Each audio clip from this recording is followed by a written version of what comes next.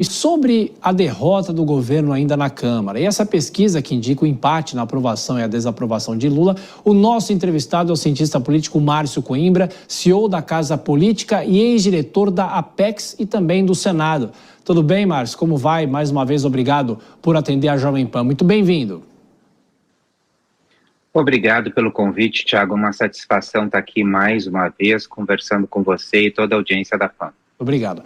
Bom, é claro que eu queria que o senhor destacasse os números da pesquisa, o que vem ajudando nesta onda para que o governo acabe surfando nesse momento positivo, mas é preciso fazer essa ponderação. Hoje, o governo amargou uma derrota na Câmara dos Deputados.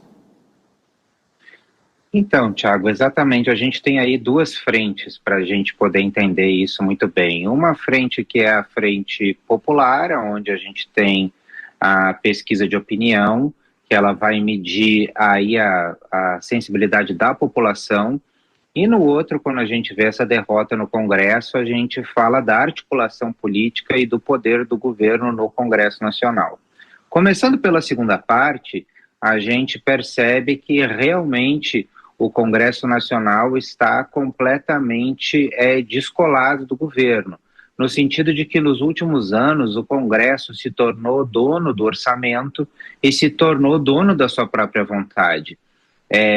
Esse governo ele tem muito pouco a negociar com o Congresso Nacional, porque o seu poder de barganha ele é muito pequeno.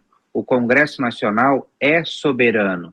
E sendo soberano, qualquer governo vai estar muito mais vulnerável a sofrer derrotas como essa que nós vimos essa noite. Então, a gente já vê também, nesse mesmo desenho, algo que vai se tomando forma, que é a campanha eleitoral presidencial do ano que vem. Os deputados colocando o governo nas cordas com menos recursos, torna a vida do governo mais difícil, tentando aí dificultar a reeleição do presidente Lula. O que a gente vê, já indo para o outro lado da pesquisa de opinião, é que Lula se recupera claramente com o impulso do discurso de soberania depois de que o Brasil sofreu essas sanções do governo dos Estados Unidos.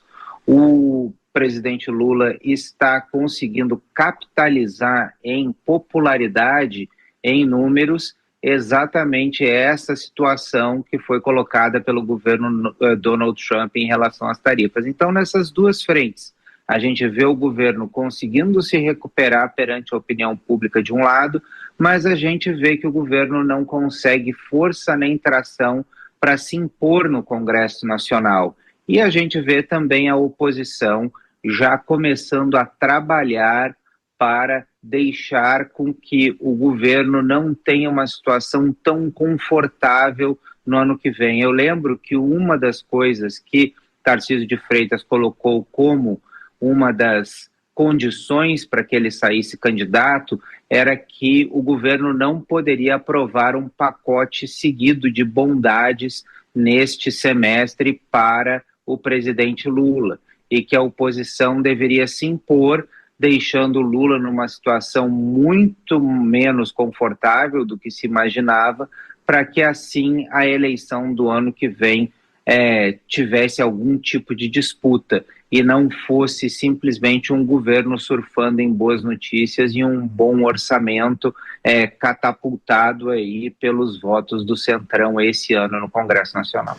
Ô Márcio, antes de passar a palavra para os nossos comentaristas que fazem perguntas também, eu queria destacar um tweet do presidente Lula, agora há pouco, falando sobre o resultado, essa decisão da Câmara dos Deputados. Ele diz o seguinte, que a decisão da Câmara dos Deputados, a medida provisória que corrigir injustiças no sistema tributário, não é uma derrota imposta ao governo, mas ao povo brasileiro. Essa medida reduziria distorções ao cobrar a parte justa de quem ganha e lucra mais dos mais ricos. Foi esse o post do presidente.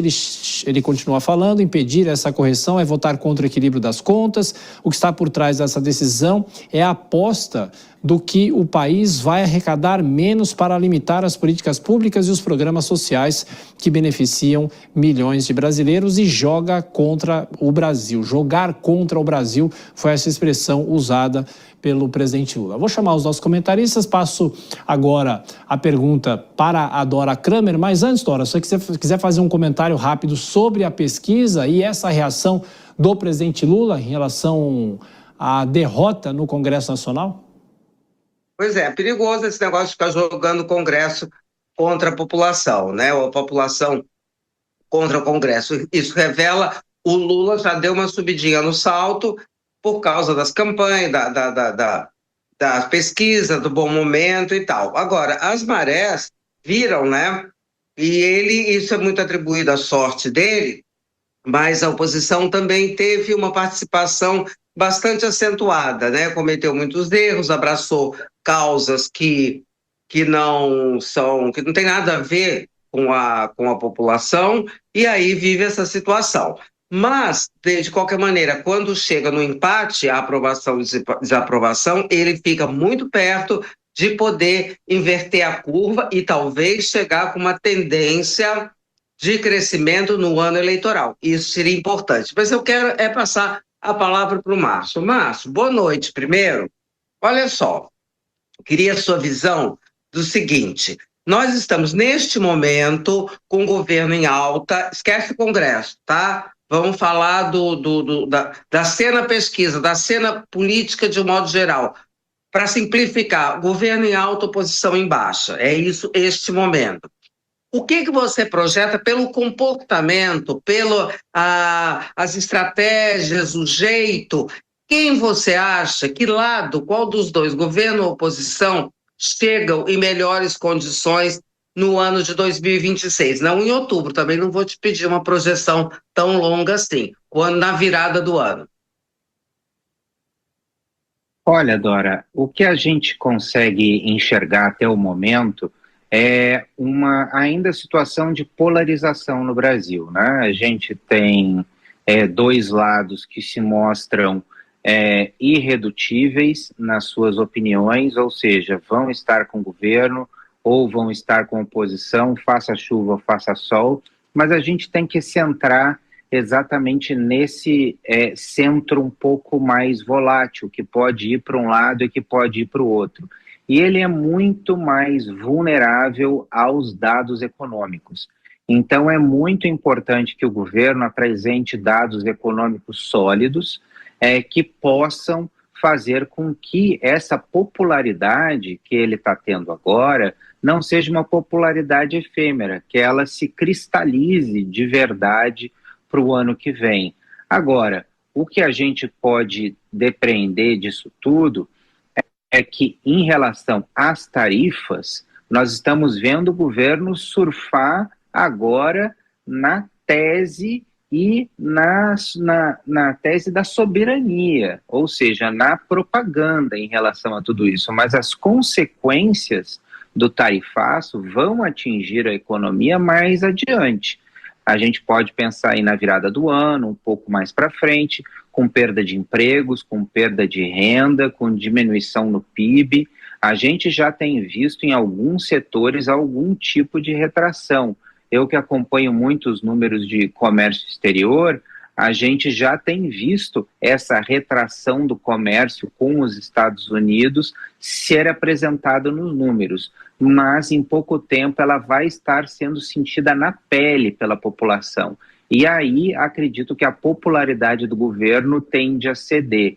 Então me parece que a gente entra no ano que vem ainda nesse equilíbrio, mas com a oposição podendo se recuperar um pouco, porque o governo vai sentir os números ruins na sociedade. E esses números ruins da economia fazem com que a sociedade se volte contra o governo.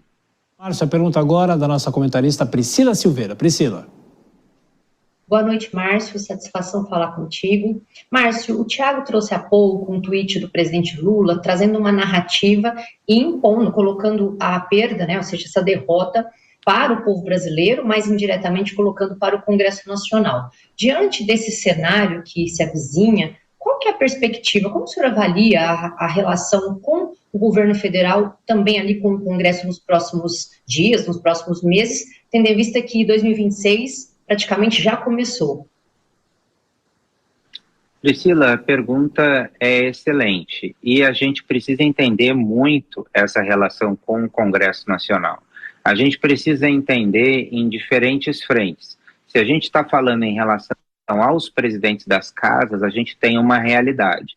Agora, se a gente está falando em relação à massa de deputados e um número significativo de senadores, a gente vê que existe uma outra realidade. O que eu quero dizer com isso? Existem interesses paroquiais tradicionais dos presidentes das casas, especialmente do presidente do Senado, Davi Alcolumbre, que tem esses seus interesses atendidos pelo governo, tem interesses regionais, especialmente em relação à exploração da Foz do Amazonas lá no Amapá, que ele vem tendo os seus pedidos atendidos pelo governo. Então ele tende, na condução do processo no Senado, a ser muito a favor do governo. E nós sabemos que o Senado, como uma casa presidencial, uma casa que concentra muitos poderes na presidência, ela acaba sendo domada, sua agenda é domada sempre pela presidência do Senado.